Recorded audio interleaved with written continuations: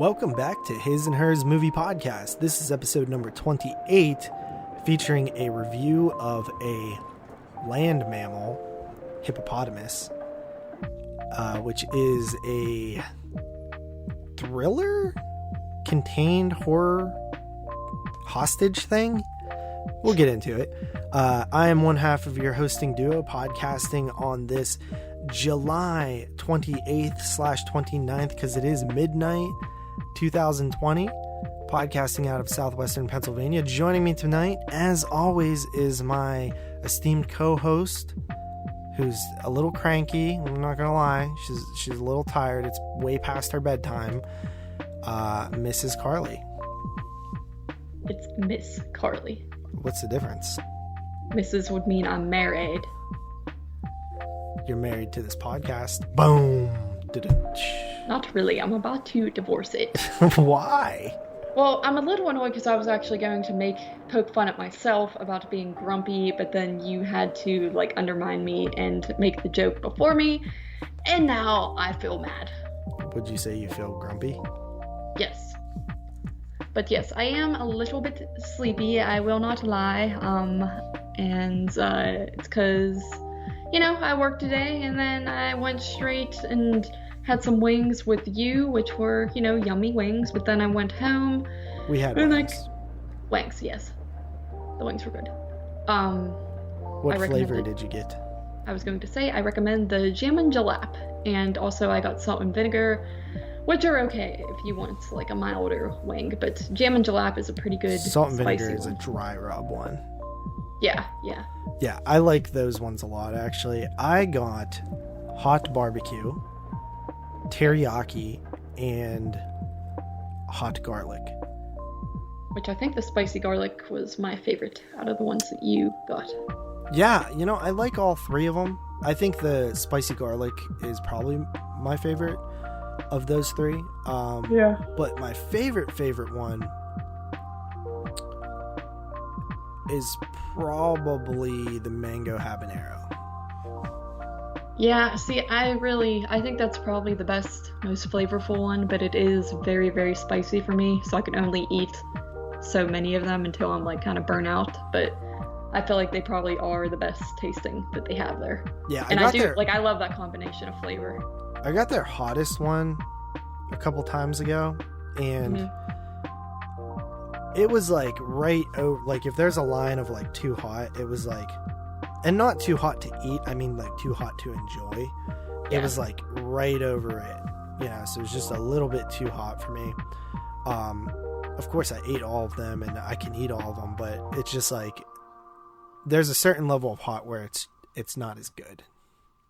I don't know, it's kind of sucks for me because I do enjoy spicy things quite a bit now, but at the same time, I don't know, I have very sensitive taste buds or sensitive tongue or something, because after so many hot things, it actually starts to physically hurt to keep eating them, and it's not enjoyable anymore, even if I do really like the flavor, and even if it isn't the hottest. That's why I keep getting a milder kind, because the first time I got wings there, I got 3 flavors that were all spicy, and it was so good, but I don't know, it's almost like my tongue goes kind of numb to it, and it's a problem that I have, and I hope everybody feels bad for me because of it. Well, I know that I've pretty much curated your food eating over the years. I'm not going to lie, I usually don't like to give you credit for anything, but you did change some aspects, particularly with spices and with steak. Stack, yes. Yeah, no, because when I met you, you were because when we first started hanging out, we would make food sometimes and watch movies, and we would do burgers early on and stuff like that, or sometimes even wings. And I remember wanting to do steak, and you didn't seem to you didn't you were just yeah, that's cool, but you didn't seem like you loved steak. Yeah, steak is steak. Obviously steak is good. I don't really know anybody who hates steak except for a vegetarian or something like that, but Yeah, I was kind of like, okay, and you were like, oh, it's like my number one favorite food, and I just wanted to be hip and be like, yes, steak is amazing. And the first time you made it, I think we got like cheap, thick Right. steaks Yeah, that they were weren't. like It was like needed pounded down. sirloins and stuff, and they were like a little tough. And Yeah. I also showed, like, I know that I eat mine almost rare, right? Like, it's medium rare, but I'll go like a little bit in between rare and medium rare, and sometimes just pure medium rare. It just kind of depends. And I remember you weren't too crazy about that when before you tasted it, though, like when you were just like seeing me make it like that. Yeah, I think, well, for one, I think I've said before, my mom's gonna like kill me one day if she ever listens to these shows, because I feel like I roast her quite a bit, but she was not much of a cook my whole childhood. She tried, it's not like she just made TV dinners and sandwiches every night and called it a day. She did try to make dinners, but she just wasn't that good. Like, she would burn stuff or cook it too long or not cook it enough. I remember one time this was like later in life too, when I was probably like 17, she made some sort of casserole of sorts, and she couldn't figure it. She was like, I don't know what's wrong, like the noodles are like raw, and it was like you were supposed to cook the noodles before, putting it in the oven, but she just threw like all the raw noodles in, and to this day, I like crunchy noodles. Like on lasagna, for some reason, she'll make lasagna and the top layer of noodles is always hard. I don't know what the problem is with that, what she does wrong with that, but... It might just be overcooked, maybe, I don't know. Yeah, I don't know, but the rest of it's usually good, but I always want hard noodles on my lasagna, even though that's not right. But with steak, she would cook it to a crisp.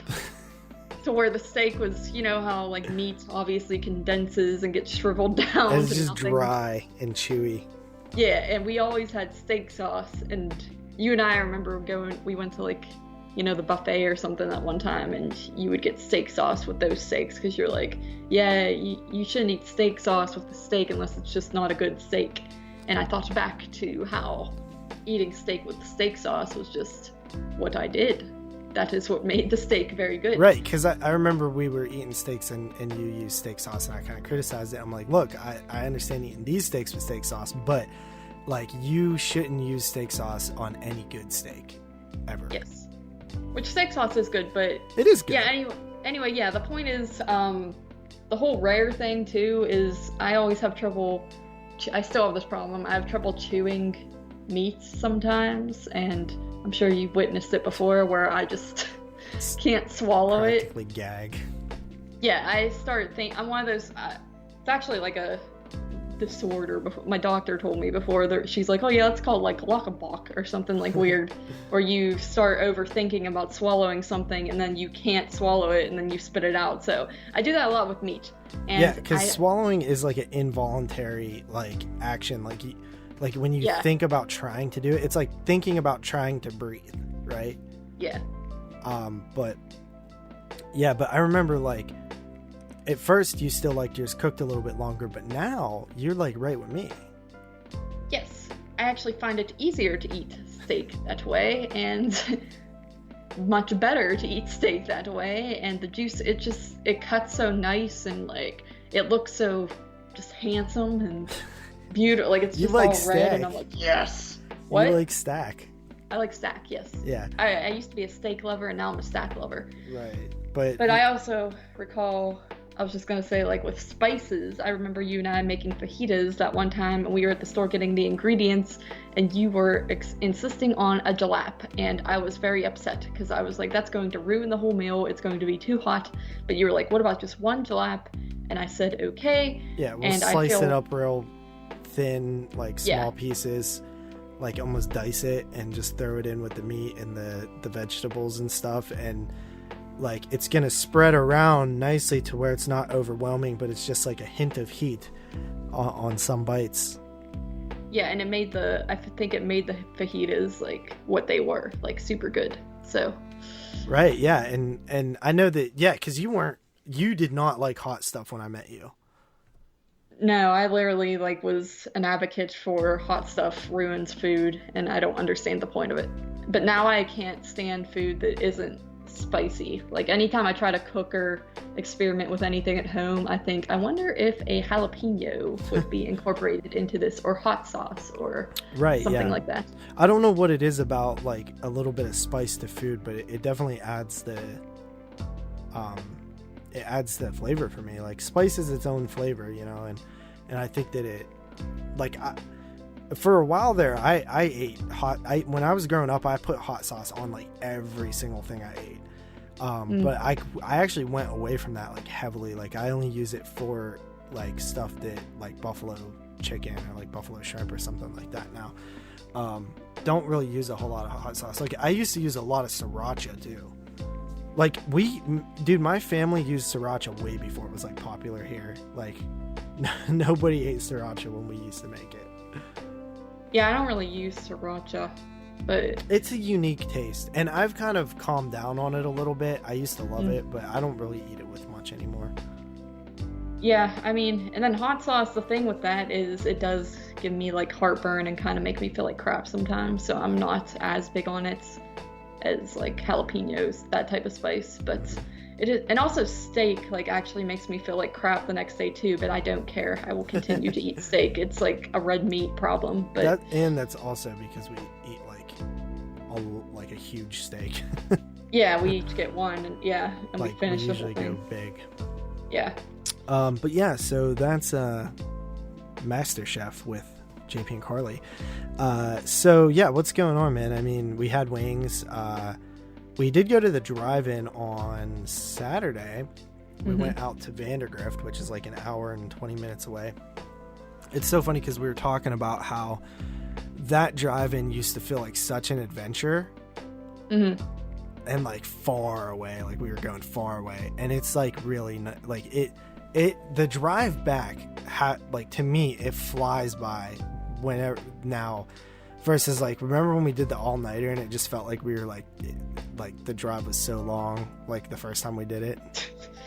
Yeah, it's so weird. Like the drive there for me this time around was super, super quick. It just felt like going anywhere. And it's funny. I remember we were both miserable driving home on one of those all-nighters, and then, you know, like last August, we went to that drive-in that was like 5 hours away, and then we drove home that night, and we were fine. That's rough.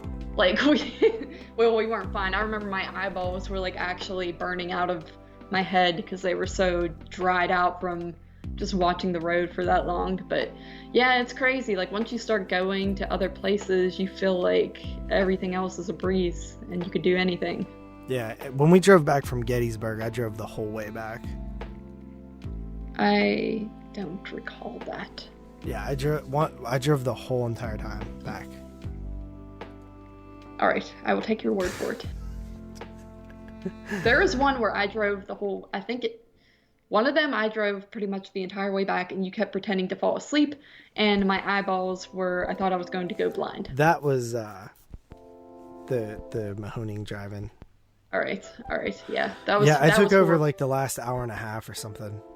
That was horrible because it was like, it was so easy, but it was almost too easy because once you got on the turnpike, it was like, okay, in 166 miles, you'll be home. Right, and it was just a straight shot, and it was just horrendous to like, and there was no other cars on the road, so you're just driving straight. There's no cool scenery or anything. It's just pure trying not to fall asleep at the wheel. But yeah, Vandergrift. I like Vandergrift. I'm a big fan of that drive-in. It was weird going there when it's not a big event. That was the first time we just went there as a regular old drive-in night and not like the Monsterama thing. And it's weird seeing it not as packed as it is during that event and not having like, you know, the people set up with all the DVDs and the shirts and stuff like that. But it was nice. Yeah. I spotted Fred Vogel from Toe Tag. I see him all the time there, but I never say anything to him. One day I should take my August Undergrounds and just be like, hey, I was wondering if you were going to be here because I see you all the time. Will you sign these? You should. Yeah, but yeah, you know, it's I like that drive-in. It almost feels like home. You know what I mean? It's like comfy there. The screen is not the greatest. Like, I actually think Brownsville's screen is the middle screen in Brownsville is the best drive-in screen that I've been to. Yeah, it's definitely probably the biggest one. I don't know. I feel like Mahoning had a pretty big, decent screen, but... Yeah, which screen is that? Screen 2? Yeah, the middle one is... Yeah, Wait, see, they're showing Friday the 13th sure. on screen 3 this weekend. They're showing Friday the 13th and Nightmare on Elm Street, which hopefully, if nothing goes wrong, we should be going to that. Pretty excited because I have an issue like they've done that double feature there like 3 times, I think. Yeah, I've seen it there before. I wish they would do like Friday 3 and, Nightmare 3 or something like that. Like just something different, but it's like so mainstream there. Like they don't really do anything crazy. But I'm still happy to see it. Like, honestly, I love Nightmare on Elm Street, and I've actually never seen it at a drive-in. Or Friday the 13th, actually. Yeah, like I said, I saw it, that was probably like 2 Octobers ago. I got to go and to that drive-in, same thing, Nightmare on Elm Street. They play Nightmare on Elm Street first, and then Friday the 13th, which is cool and all, and I don't mind seeing them again because they're fun movies to watch. But I agree, I wish they would kind of venture out and play other stuff there. I mean, it is cool they played, The Lost Boys isn't too unique, but The Evil Dead was kind of a cool one. But that one was a little bit different, The Evil Dead, because it's actually Grindhouse releasing has been like it's actually a thing going on across like America right now where they're like getting it in drive-ins, so it's like more like they reach out to these drive-ins and see if they'll play it type thing. But yeah, I mean, I think that's awesome. That Evil Dead was definitely a highlight for, and I mean, the Lost Boys seemed even a little bit more impressive for Brownsville, just because like all their retro stuff has been like Jaws and like E.T. and like big Spielberg blockbusters, Jurassic Park and stuff like that, Back to the Future, and then like for some reason like popular comedies of like the mid 2000s. Yeah, that's weird. But so yeah, we'll be doing that next weekend, this weekend coming up, so that'll be cool. One thing that I will say is people often comment when we say we're doing this that like they're bummed that their area doesn't do anything like that. And I do feel pretty fortunate for the amount of cool stuff that we've been able to do in relatively close areas to us.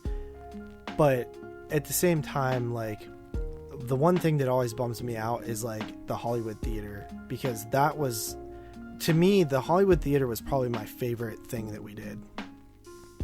Yeah, mine too. I think about it from time to time and think like, we never really have a reason to drive out that way again. And just the street it was on was cool, and like the Gyro place next door and the look of the theater, it just had that old-fashioned look on the outside. You felt like you were just stepping back in time, just walking into it. And yeah, it does make me sad. I mean, there's other theaters like that, but they're more deep into Pittsburgh, and even then they're not as, they just don't seem as interesting or authentic as that theater was, and that depresses me quite a bit.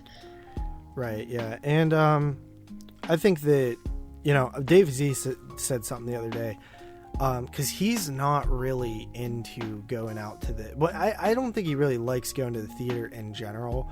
Yeah. But like for retro stuff, he really doesn't. And I think like one of the things he said about like going to the theater, because we have a little debate about like, having movies go direct to VOD versus like in the theater. And like, I get some of the stuff he's saying, especially the stuff with like, okay, he has a family, so if he goes to the theater, he has to buy a ticket for his wife and him and his daughter. That's like $30 right there. And then if you have a kid, like you can't deny them concessions, right? So they're going to want something, and then his wife's probably going to grab something. And then, next thing you know, it's $60 to go to see a movie that you might not even like. So I totally get that. Like, if I had to do that, I probably wouldn't go either, honestly. But like, the thought of them going away just saddens me so much, because it's truly one of our favorite things to do. Yeah, like going to the theater to see a new movie or an old movie is one of our it's literally like top 3 favorite things for us to do. It might be number 1.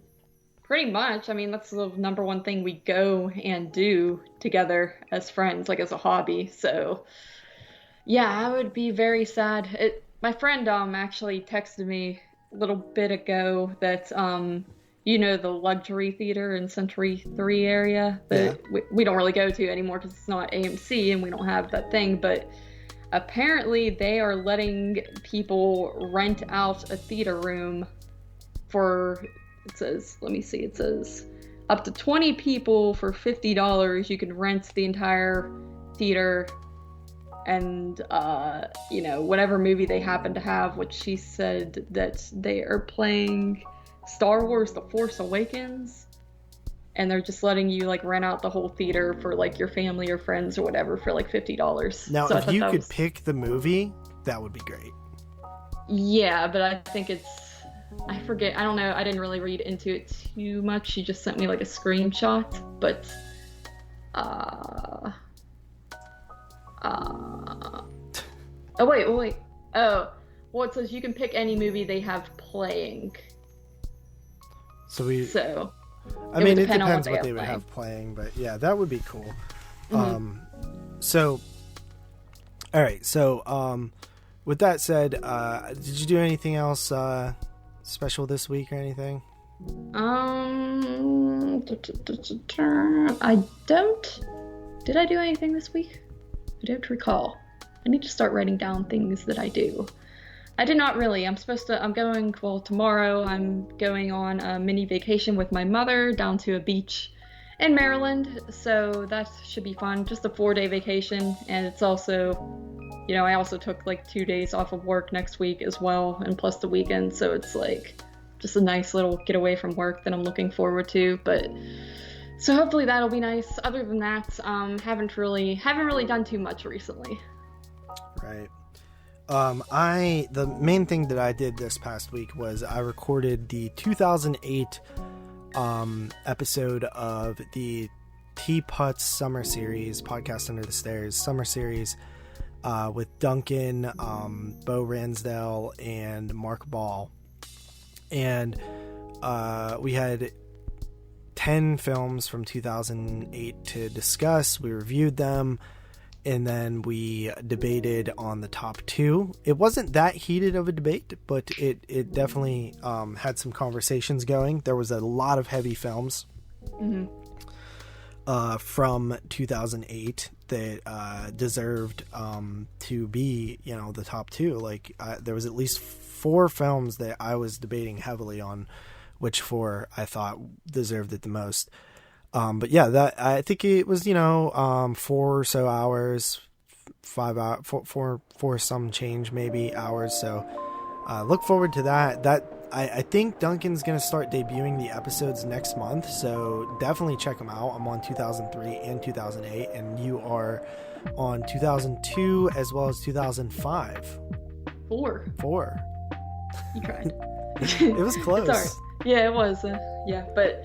Yeah, I'm excited for him to start actually posting those because I want to, listen to everybody else's ep. They were fun to record. I'm kind of my years seem difficult, but when you were telling me the movies on 2008, like that stressed me out. There's just so many movies, so many good movies I feel in the later 2000s that I would struggle to pick through. So, right. So I feel like mine were a little easier. Really quickly though, I did want to kind of talk about this a little bit. I know that you're probably going to kill me because you're tired, but last week would have made the halfway point of the year. Now, obviously, with COVID happening and everything, it's been less than stellar in terms of releases. I mean, so many films have gotten pushed out of the 2020 release. Like, I remember whenever we were talking at the end of the year show on 22 Shots, we talked about all the films that were coming out, and A Quiet Place 2, which is funny because I remember right before the COVID thing happened, that was our next movie. Yes. A Quiet Place 2. Yes. And that film, we think about it. We only got like 2 months of movies theatrically, and then everything started getting really pushed back. So you had like A Quiet Place 2, you had the New Mutants that was supposed to come out, Candyman was supposed to come out in, I think it was like July, it was this month, I think. Antebellum, Antlers, the Saw 8, what's it called? Spiral, the Book of Saw or something. I think there was a new Paranormal Activity that might have been coming out, a new Conjuring. There was, tons of films on the schedule, and a couple of them made it through, like The Hunt. But for the most part, like everything got Halloween Kills, which is one of the bigger ones. And honestly, like, I know that you weren't a big fan of Halloween 18. Nope. I wasn't a big fan of Halloween 18. A couple of our other friends' moods wasn't a big fan. I think even people that liked it, like me at first, came down on it. Like, I think Dave Z even like came down on it a little bit. But I'll be honest, I watched that little teaser for, Halloween Kills, which I didn't even want to, but Jeremy kind of spoiled the whole thing for me, so I just watched it. And I was like, yo, that actually got me hype. And then I'm trying to avoid this stuff, but it keeps coming out. Like, the people were talking about how David Gordon Green was saying how it's about the town's reaction to Michael Myers. It's more about like Haddonfield versus Michael Myers. So I think of like the end of part 4, but like the whole movie, and that sounded interesting because I'm like, oh, finally something different with Halloween. It's not just, stalking babysitters or stalking kids at a sorority or stalking kids that are making a reality TV show. It's actually something a little bit different. So I thought that was pretty cool. So I actually am like more optimistic about Halloween than I expected. Halloween Kills, that is. Yeah, I mean, I wasn't huge. I was pretty disappointed with the new Halloween 2018, to be honest. But I mean, it's a new Halloween film. I'm going to be excited anyway, no matter what. It doesn't matter if the last one sucked or what. I mean, it's another movie in a popular franchise, so I'm always kind of hype. Wouldn't say I'm like hype on it, but I'm still very interested in it, and I am sad that it got pushed back because I am looking forward to seeing it. Yeah, and then 2021 is probably going to be like the most stacked year ever, because pretty much everything that was supposed to come out in 2020 is now coming out in 2021, and if they even get some productions going and add to that, it's going to be even crazier. But yeah, man, I mean, it's unfortunate because like we have seen some okay movies, and I have some that I really like, but this year as a whole has just been super down for me. Like, my ratings are like so much lower than normal, and even my like the films that are currently hovering in my top 10 right now are extremely like less than what I normally would have. Yeah, I'm finding that like I'm not as low on the movies when I watch them. I like them, and then like a few weeks or months or days or whatever pass, and I start kind of thinking about them and thinking about flaws or stuff in them that made them a little bit mediocre, and it's kind of bringing them down for me. Like, I feel like every half the movies on my list could go down half a point. It's just weird. I feel like I'm being too high on stuff just because there's just nothing really. But like I said, I don't hate them while I'm watching them. I actually am getting some enjoyment out of these movies, but then I kind of think about them and think they just don't feel, there's no wow factor really to them. They're just kind of like basic films, and that's it. Right. There's really nothing standoutish this year.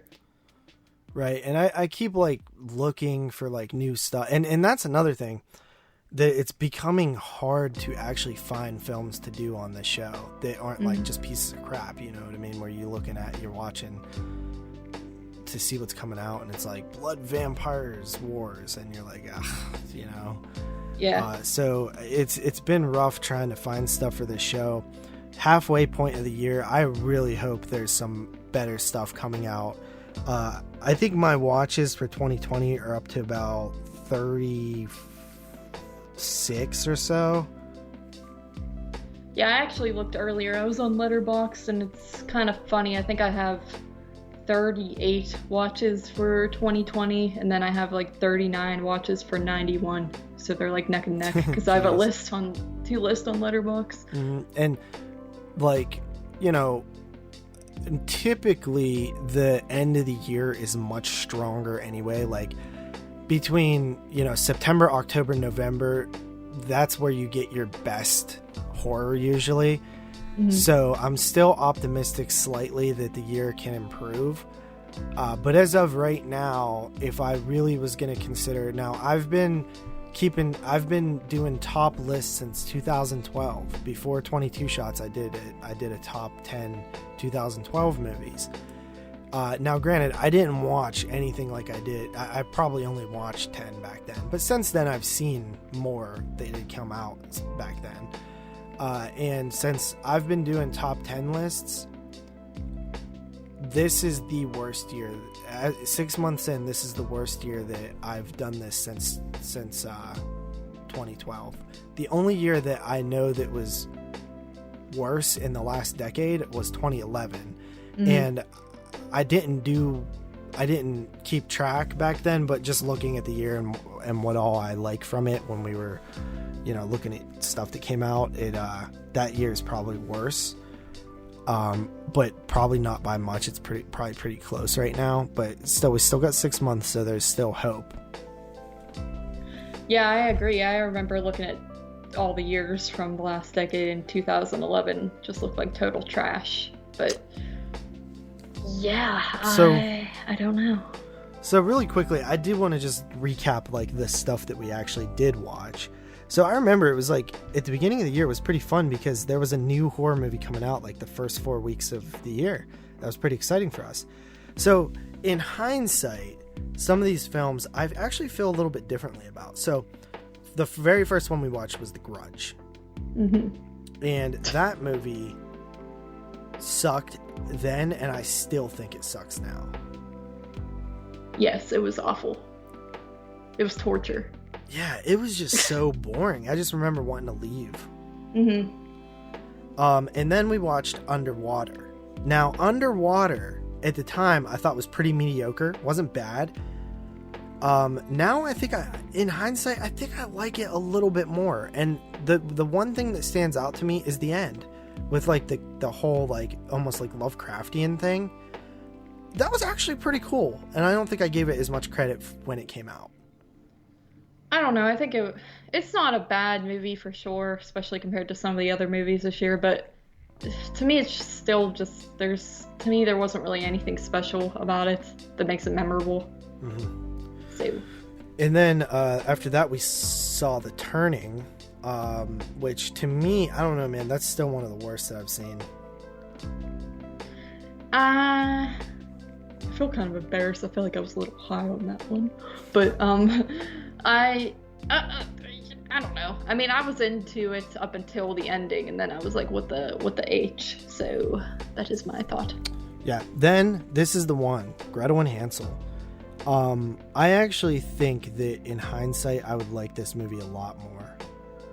Because when I think back of the stuff that I saw after I think of like the best ones, that's like the next one I think of. It's like, oh, that was like, I think back to the atmosphere and like the looks of it and stuff. And I'm like, that was really cool. So I think maybe that's a film that I would give a rewatch at the end of the year, like last minute rewatch, to see if I can appreciate it a little bit more. Yeah, I agree. I want to rewatch that one as well because I was pretty disappointed with it. But I mean, cinematography wise, I did think it was pretty fantastic. So I probably will go back to that one. I think I gave it like a 7.5 when we rated it. Yeah, I think I gave it like a 6 or 7.5, 6.5 or 7. But yeah, I think I would be a lot higher on it now, especially in comparison to like what else we got. After Midnight, I still think that one was a really weak effort.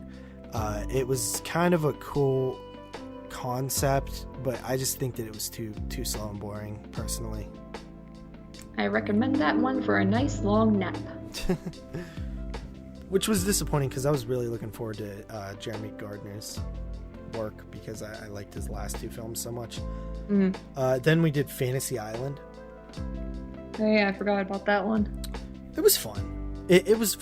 That's a definition of a popcorn movie. Fun to go to the theater and check out, but nothing that you're going to take away from it or remember. Yeah. The island setting was probably the coolest part for me. Yes. They had some decent sets. Yes. And then I think we did a double feature of The Lodge and The Boy in the same day. We did, yes. So The Lodge, definitely a standout film of the year for me.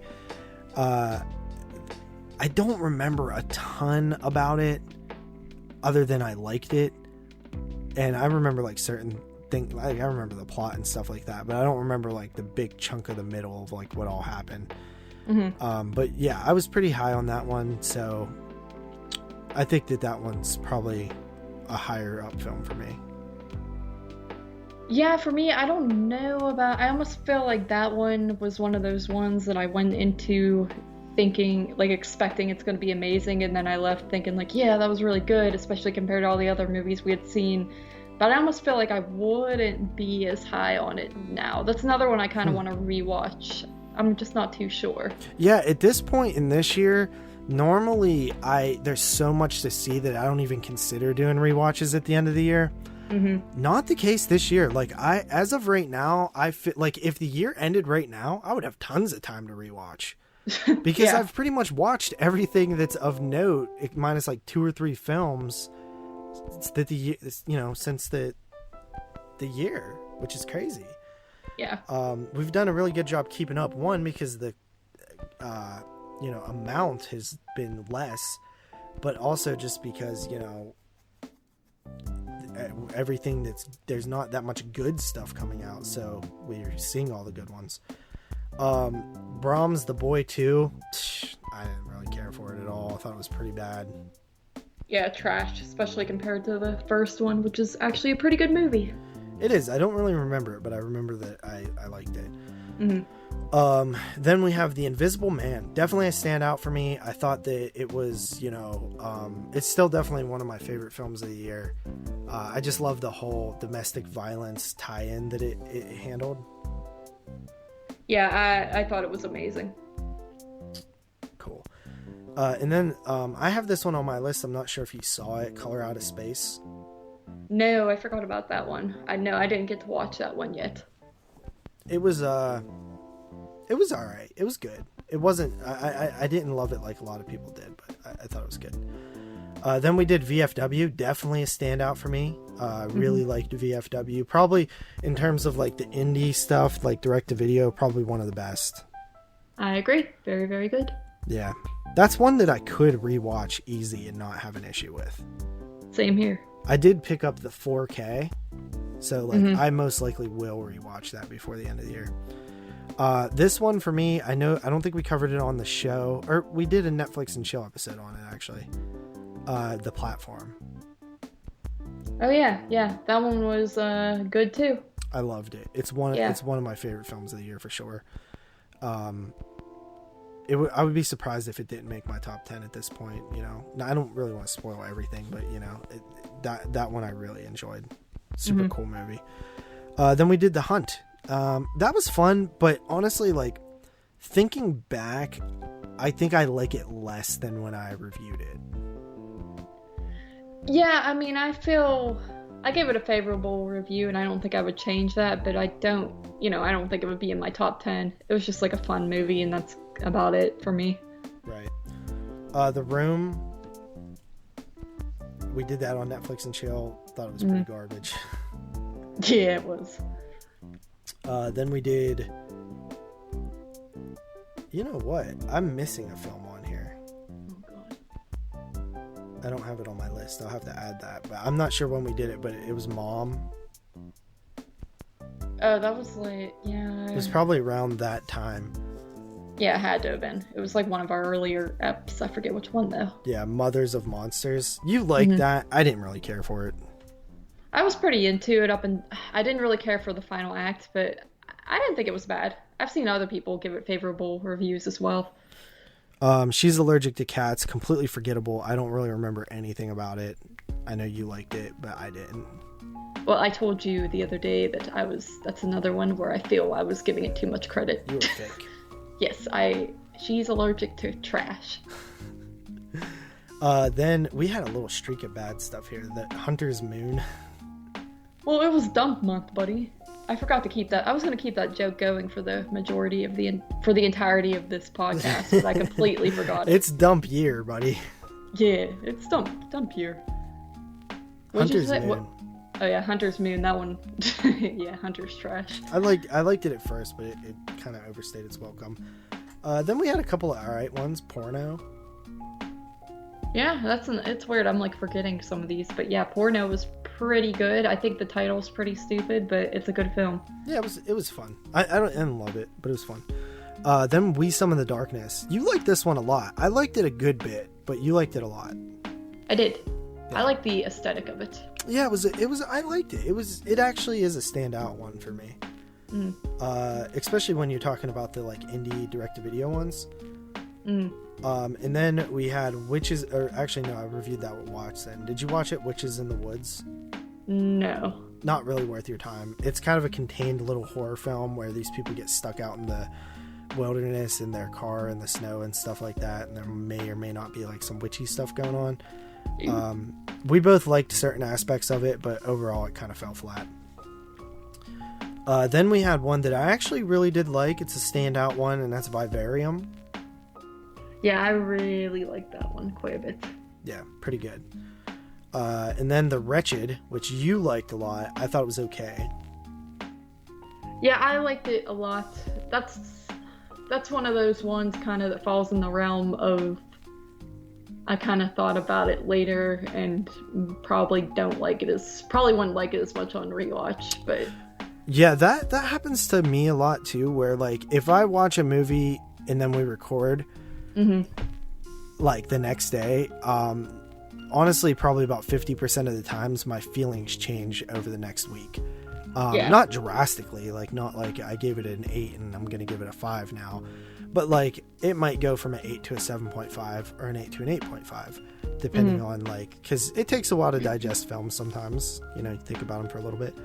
Another one, this one I wasn't crazy about at the time, and I'm still not, but I think in hindsight I like it a little bit more in my memory, and that's 1BR. Yeah, I like this one. I thought it was a cool concept. And then a couple of films, Don't Run and Witness Infection. Those were part of that festival thing that I tried to do that kind of failed. Neither of them were very good. Yeah, I did watch Don't Run. I don't really remember it at all. Right. Exorcism at 60,000 feet. Trash. Yeah, it wasn't. There was some stuff I liked about it, but it was just too much for me. Becky, which I think is the most overrated film of the year. I know. I still see people posting the freaking poster for that. I'm getting sick of seeing it. Yeah. Then Scream Queen, which was we did that on Netflix and Chill. I really like that movie. It's a doc. I don't usually include docs in my top 10 list, but it's definitely a standout film of the year. Yeah, I always count them as a watch, but I never really put them on the final list if they're up there. But it's really good. I recommend it. Then probably my favorite surprise, Swallow. Yeah, I like that one because I could really relate to Swallow. Yeah, you're Swallow. Yes. You Swallow. No, I relate to Swallow. Yeah, I really liked Swallow, man. That was I don't know if I consider it horror though, so that'll be one that I debate with myself at the end. Swallow was misunderstood. Outback, out trash, really. Yeah, that one sucked. I didn't mind it. I thought it was alright. It's just not great. I was falling asleep watching it. Now, the opposite of Swallow, which is followed. Garbage, man. That's the worst film of the year, I think. Yeah, that's up there with The Grudge, to where I mean this one we're at the drive-in, but I just wanted to leave. I just wanted to drive away, and the movie would not end.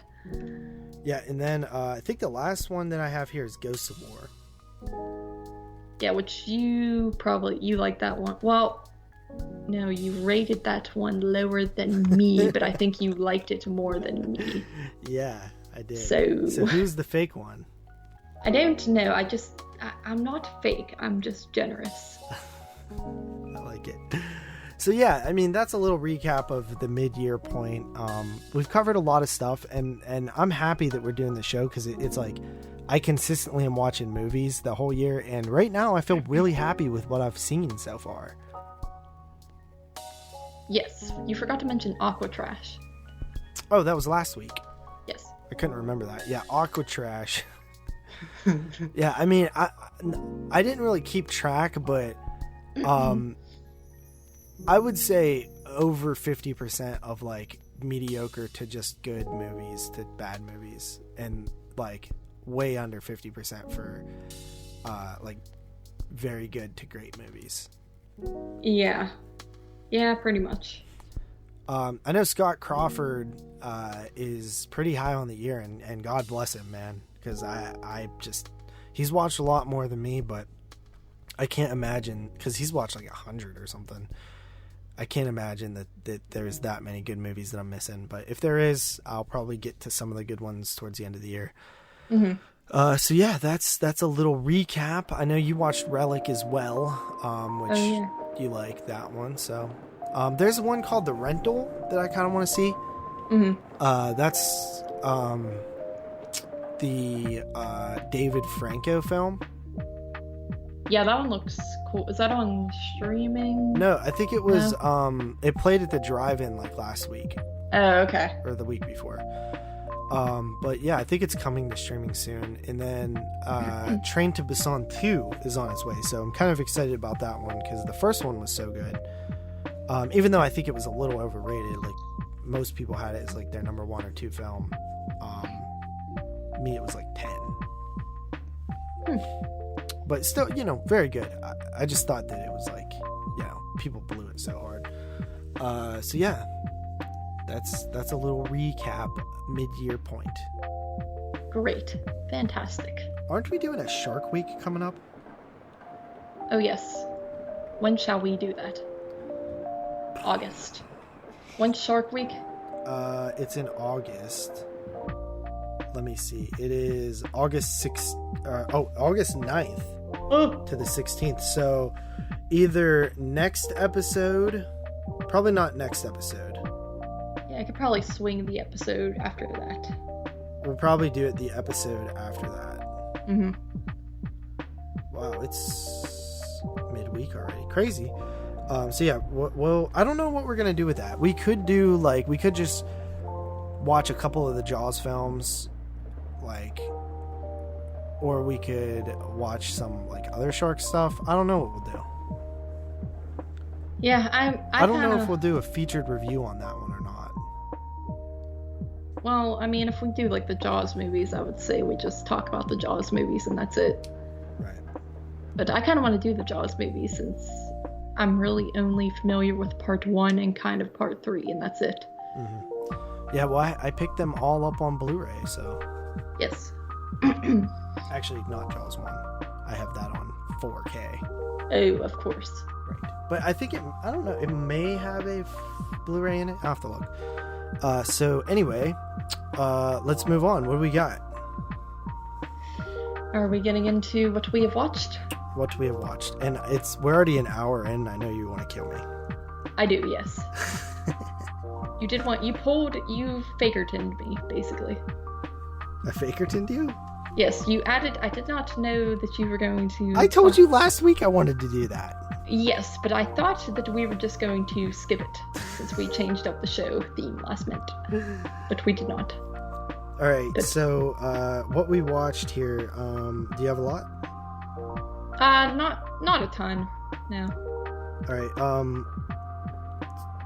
what is the last movie that I talked about? Blade, right? Dazed and Confused. Really? Yeah, technically the last movie you talked about alone was Raging Cajun Redneck Gators, aka Alligator Alley. But didn't we talk about Detroit Rock City? Yeah, I'm saying the last one that you alone talked about. So then it was Detroit Rock City, Lost Boys, Evil Dead, and then Dazed and Confused. So I didn't talk about Pontypool or Blade. Nope.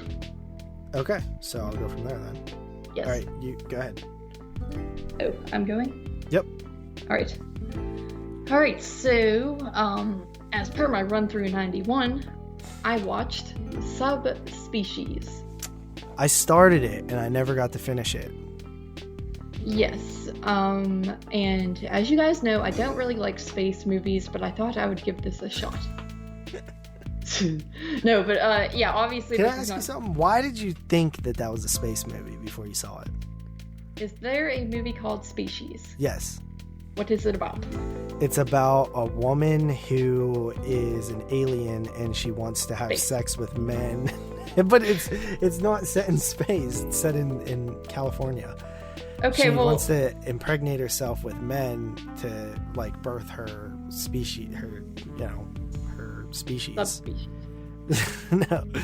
And I mean it does start in space though.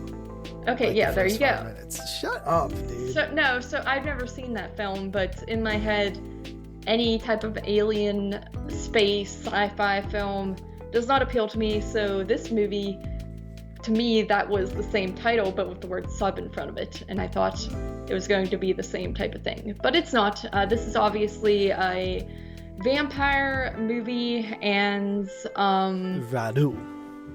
Yes, I thought it was decent. I thought it was. I like the sets. I like the main girls that you're following, and just kind of watching them, walk around, investigate their surroundings. I like this castle, and I believe Transylvania, and there's scenes like in a cemetery and whatnot, and they're kind of walking, and then there's like a part where they fall asleep, and they're like, oh no, we've fallen asleep, and then you have the vampire who's got the creepy Nosferatu type fingers, which is creepy. They could have made his face a little scarier. I thought it was pretty cheap looking, but I like his face.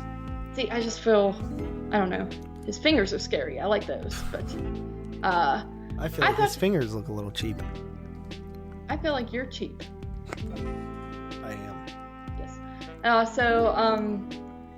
I thought it was good. I think that you probably like it a little bit more than me, but that is that. I mean, I gave it like a 6 out of 10. Well, I think back, like, I think it was around 2010 where I started getting into collecting, and there was a YouTuber that I followed. I don't remember who it was, but he was really into full moon. He kept talking about full moon and showing like full moon stuff that he picked up. And I was like, what is full moon? And it was like, oh, it's like the Puppet Master films and stuff. And then I started seeing other films that I'd seen when I was a kid from full moon. I was like, oh, I like a lot of these movies. So I remember full moon always does, I think they still do it, a 50% off Valentine's Day sale.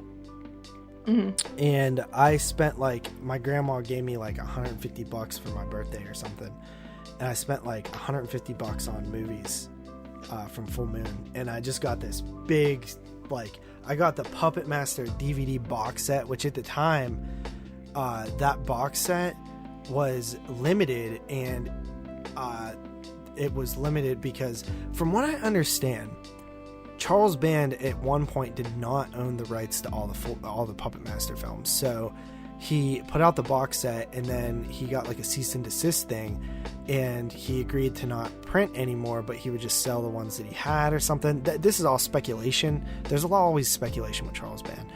But so the box set was very limited, and it was $100 box set. And on the Full Moon Valentine's Day sale, it was $50. So I bought that. I bought like a bunch of Full Moon DVDs, like Castle Freak and Hideous and Head of the Family. And then I also got the Subspecies box set, which had Subspecies 1, 2, 3, and 4. I got the Evil Bong box set, the Witch House box set. Like, I went to town and just got a bunch of Full Moon titles. And yeah, so I actually got, because the newest Puppet Master just came out at the time, Axis of Evil, and I ordered the trunk too, which came signed by Charles Band and was limited to like 1,200. So I had, in the original Full Moon box set, Puppet Master box set, had Puppet Master 1, 2, 3, 4, 5, 6, Puppet Master, Retro Puppet Master, and I think that's it. I think it had 7 of them. And then the newest one was the 9th one. So I was missing the 8th one, and I remember it was so cool. They threw the 8th one in without me ordering it. So somebody in the warehouse was like, man, this guy ordered Puppet Master 1 through 7, a bunch of other stuff, and then a trunk with Puppet Master 9, and the poor bastard didn't get Puppet Master 8. And they just was like, I gotta hook this guy up and threw it. That's what I like to think happened. Because why would they pick randomly to give me an extra DVD and it was Puppet Master 8? Like somebody, I like to think that Charles Band himself walked in when they were packaging and they were like, whoa, why is there Puppet Master 1 through 7 there, Puppet Master 8 or 9 over there, but no Puppet Master 8? And he's like, this is uncalled for. This is a travesty. And he went over and grabbed the Puppet Master 8 off the shelf and stuffed it in the package for me. Yeah, maybe. Where was I going with this? I don't know. You can have a story. Oh, yeah. So, anyway.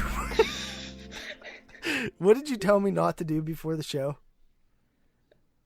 Go on long tangents. Yeah. As you can see, I've been doing a good job. I was going to ask, are you going to have like some giant story after every movie I talk about? Yes. On my list. So anyway, I remember, it's so nostalgic for me. Like 2010, I got this big box and it took forever. It took like a month to get it. And I had my grandma call like a few times and they were so nice on the phone. They were like, oh yeah, it's just, we're really backed up and stuff. And it was really cool. And I got this big box and I was just like, yo, like, I don't think I was working at the time. That's probably why she did stuff for me. But I just got like all these movies and I'm like, dude, I was like, I'm just gonna watch these. I went through the whole Puppet Master box set, the first 3 Evil Bongs, Head of the Fan. Like I just went full moon crazy. And the Subspecies films, I watched 1 through 4, and I also had Vampire Journals, and which is like the spinoff. And I watched all of them, man, and I was just like, I had such a fun time watching those 4 movies, and but they all blend together. So when I say that I really like Subspecies and talk crap on you for not rating it high enough, I don't even know if I like that one that much. I just know I like the whole of Subspecies, but I think like 2 and 3 were better. Yeah, probably. So anyway, guys, next up I'm just going to try to run through these really quick and not stop talking while I do it. So next up, as per my run through 91, I watched Cape Fear. Now, Cape Fear, is a movie that I had seen multiple times growing up, always on TV and stuff, and I know my mom liked it, so I would always catch it here and there. And watching it this time around, which I just watched it a few years back as well, so it wasn't super long ago, but I feel that I liked it the most this time around watching it. It's just a great film. I think Robert De Niro is fantastic in the movie, as he is in pretty much every film he's in. The story is just very enthralling. Have you ever seen Frankenstein? Not really. The De Niro one? I own it, and I put it on one night, and I could tell you I didn't pay a lick of attention to it. He plays Frankenstein, and I don't know, like, I'm not crazy about his Frankenstein performance. Dude, I don't think you're crazy about Robert De Niro. Dude, I love Robert De Niro. Have you ever seen Men of Honor? No. That's a really good movie. Have you ever seen This Boy's Life? No. That's a really good Robert De Niro movie. Have you ever seen A Bronx Tale? Yes. Well, let me tell you about the first time I saw A Bronx Tale. I do like him in A Bronx Tale because I like how he's playing not the bad guy in that movie. Have you ever seen Casino? No, that's actually one that I've always wanted to see, and for whatever reason I've never watched. Blind spot. Yeah. All right. But no, I do like Robert De Niro. I've seen none of the movies you just mentioned, but I have seen his films, and I think he is just has a lot of good dynamic to him. And I think that he in this role, this movie is debated on whether it's really horror or not, and I think his performance alone can qualify as horror, especially in the final act.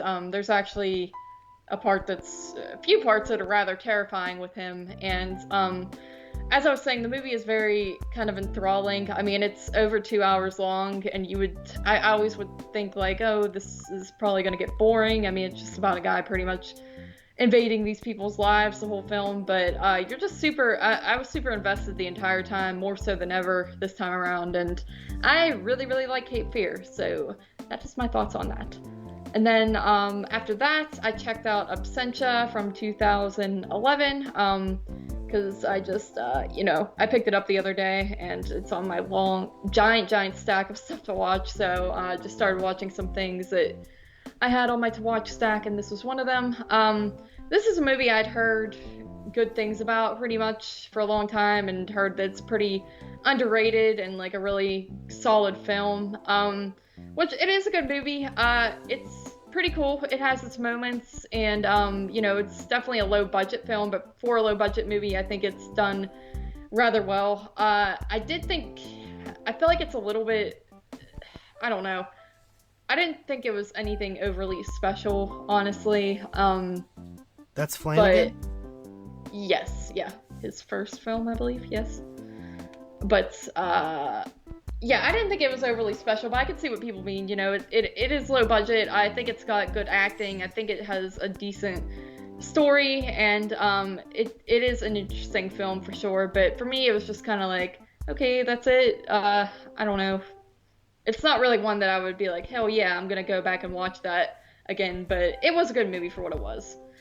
Then after that, I watched a movie called The Cook from 2008. I picked this one up like months ago, I think at Cash and Culture, just because it looked kind of interesting. This is another obviously low budget film, and it's about basically this sorority house, and a group of girls stay at the sorority for a weekend during the summer. And simultaneously, this new cook who doesn't speak any English has started working for the sorority, and he doesn't understand anything they're saying. They don't understand anything he's saying, and people kind of just start disappearing one by one, and he keeps cooking up these mysterious meals with this mystery meat, and I'm sure you could see where that is going. And that is the movie. It's kind of like a slasher film with cannibal stuff mixed into it. And I liked it. I thought it was kind of a fun movie. Like I said, it feels very low budget. Some of the dialogue's a little ridiculous and cheesy. But it's definitely like a horror comedy. It's got a lot of funny moments where the cook says something like straight up like, I'm going to murder you and your friends and eat you, and the one girl will reply with like, oh, you're so sweet, because she has no idea what he's saying. I think he's like German or something like that. But the cannibalistic stuff I thought was actually pretty gross. It grossed me out. That's one thing that really disgusts me in movies and makes me to the point of near vomiting. Not a lot really bothers me with horror movies anymore, but cannibalism is one of the things that will always gross me out and make it very hard for me to eat meat for a few days. So this one is effective with that. So after that, I watched American Psycho from the year 2000. I think, did I watch this year? No, that was last year I watched it, so no, I haven't discussed it on the show yet. But American Psycho, I've watched this multiple times before, and this is, what can I say about it? It's a great movie. I mean, Christian Bale, he's fantastic in it. Every moment of this movie just keeps you so captivated with the way the dialogue is handled, and just even the internal dialogue of Christian Bale, Patrick Bateman's character. It's very intriguing. It has a lot of just underlying stuff going on, and it's very rewatchable for me. It's become one of my favorite movies to rewatch at this point. It's just very, very intriguing film. I really enjoy it. Then after that, I watched a double feature, of course, with you at the drive-in, which was The Car and Christine. I wrote them backwards. It was more like the Christine and The Car. And, Christine, fantastic film. I actually did watch Christine at the start of the year for Exploding Heads. Forgot that I think I watched it like late last year. It might have been this year. Hello? Yeah, I was thinking, what? I'm here. Oh, well, you like paused. You weren't saying anything either. No, I said I think I watched it late last year or early this year. I can't remember. Yes. Okay. Well, yeah, I watched it. I think that was in February that I did Exploding Heads, which seems like so long ago. But, you know, I don't mind rewatching it because I think Christine is a great movie, and I think it's a little bit underrated, especially for, you know, John Carpenter's films. I really like it. The Car, I think it has its moments, but I think for me, it's a little boring at times, honestly. But when it does have its moments, it has really good moments that are laughable and also enjoyable at the same time with The Car. So there's that. After that, I watched a movie called Shiver. I believe this was a Spanish film. Again, this is just another one I had in my to-watch pile. I think Brandon, this is one of the ones he sent me, if I'm not mistaken. And this is a pretty good movie. Pretty much about a kid who has that rare condition where you're basically allergic to the sunlight. So him and his mom moved to a new town that's mainly cloudy all the time, and makes it easier for him to adapt. But strange things start happening in the town, and you know, Stranger Things? No, just strange things. And he is kind of becomes like a suspect, and they're, you know, trying to figure out what's going on. It has some really creepy moments, good atmosphere, creepy, disturbing dream sequences in it throughout. I enjoyed it. It was pretty good. Very just moody film. And then finally, I went ahead and watched Popcorn as per my run through 91. And Popcorn, this is one that I had only seen once before at the drive-in actually last year, which we of course met Jill Sholin, the main girl in it, and she was super nice. This is a pretty interesting, fun, kind of unique feeling movie, set in a movie theater, of course, which is one of my favorite settings for a horror film.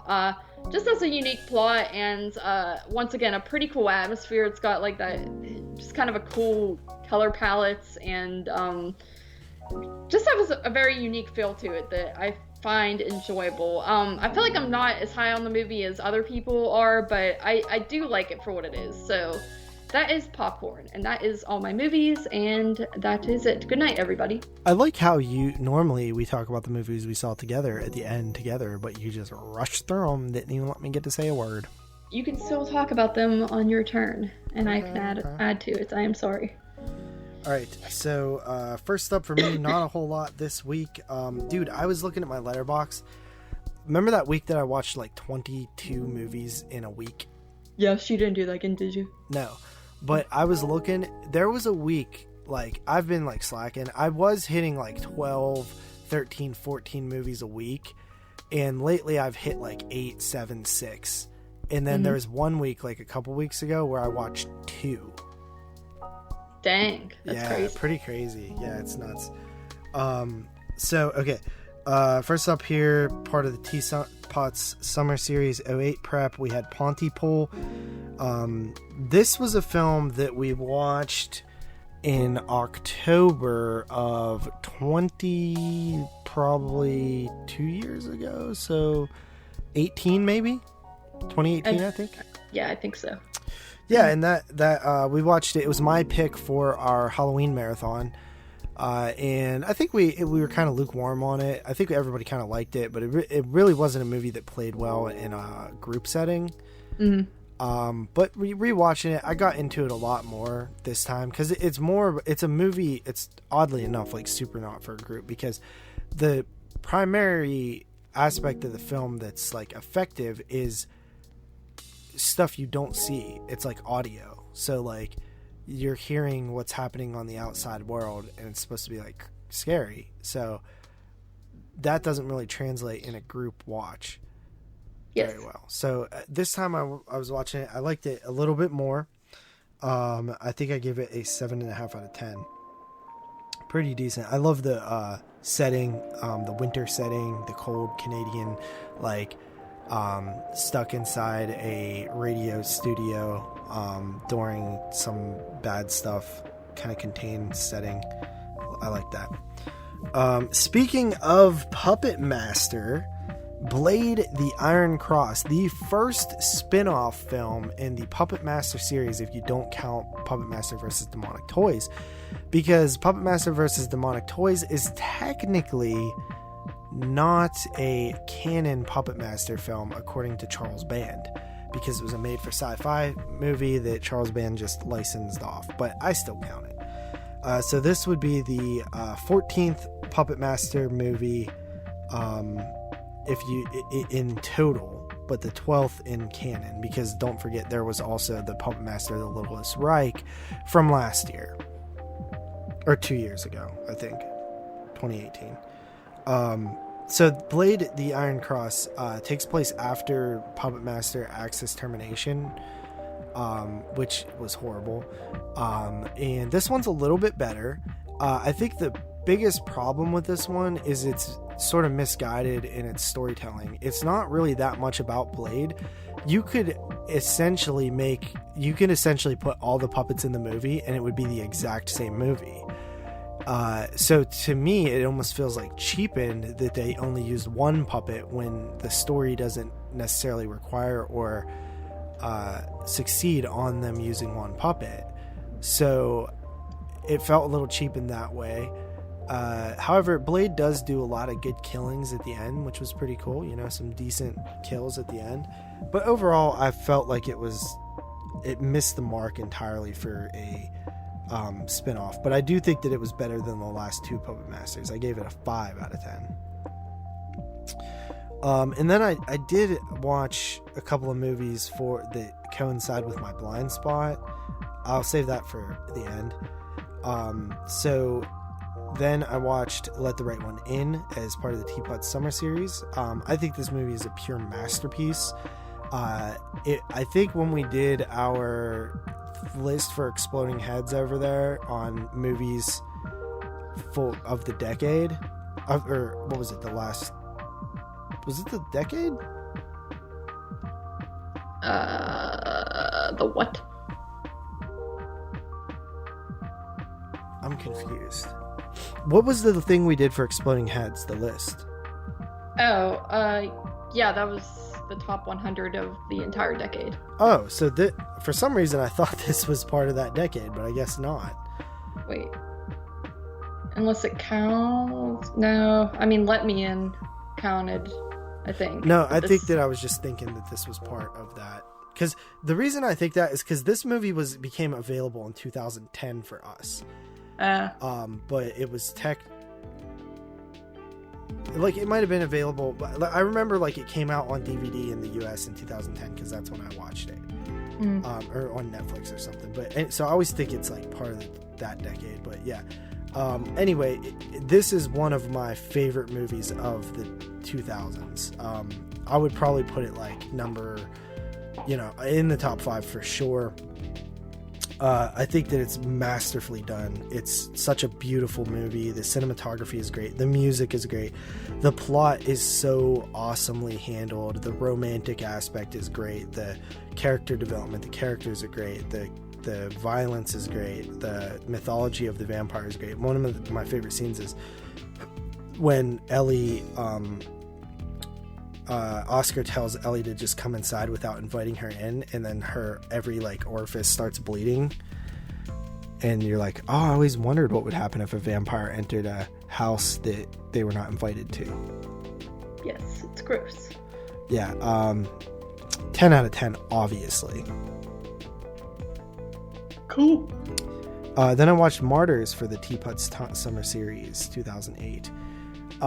The thing that I realized when watching Martyrs this time that kind of shocked me was like in my head, I always thought, okay, like I love the opening, the violence with the shotgun, and just like, it almost feels like a shooter, like a mass shooter type, like rawness to it.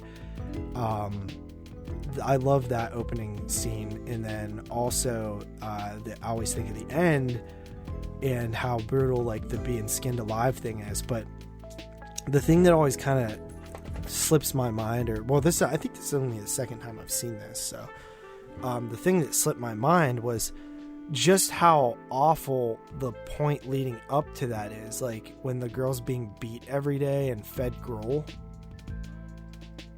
Yes. That is horrible. Like, it actually, I forgot how brutal it was. Like, in my head, I always pictured it like, oh yeah, they capture her, they beat her up a little bit, and then they skin her. But I forgot that the beating goes on forever. Yes, I don't like this move. Really? I don't want to ever watch it again. Really? Yes. Sounds like a blind spot. I've seen it before. I'm gonna give it to you anyway. No, you're not. You can't. Why? We already did our list. I'll come up with something next 26 weeks, that will somehow incorporate you to watch it. No, you won't. Okay, but let's move along. Please. Shut up. Jeremy. Okay, Jeremy. Dude, come on. Do something that Jeremy does. Be like, didn't we already talk about that? Jesus Christ. We've talked about that already. Yeah, hold on. I posted it in the group earlier, bro. It's not my fault you don't read my posts. What else? Oh, ratings? Oh wait, you don't hear him say ratings because you guys are never paying attention to him. He literally says ratings and you guys all just talk over him. I don't even know if you guys hear him. No, we hear it. I hear like everything he says. I just tend to not listen sometimes. Yeah. So yeah, Martyrs, 10 out of 10 on that one as well. And then we have Eden Lake from the Teapots Summer Series 2008. Probably I'm not gonna lie, this is one of my favorite films too from that year. Just so good. It is I thought that this was more hard to watch than Martyrs. Honestly, I don't remember. I remember thinking this was a really good movie, but I don't really remember it like at all at this point. Just like one of the first movies you ever told me to watch. Yeah, it's brutal, man. It's just really brutal. And one of the things about it that I've always kind of talked about when talking about this film is when you have a movie about like killer kids, kind of, I always feel like it's so easy to just be like, man, I would destroy those kids. Like, go ahead and try to do something to me, dude. I'll knock every one of those kids out. And like, for the most part, like, I believe that. Like, even in movies, I'm like, why doesn't this guy just whoop these kids' ass, you know? But in this movie, they handle it so delicately where you never really feel like they have an opportunity to gain the upper hand. Yes. Very Again, good performances. I don't remember. I just remember it being about killer kids, and that's it.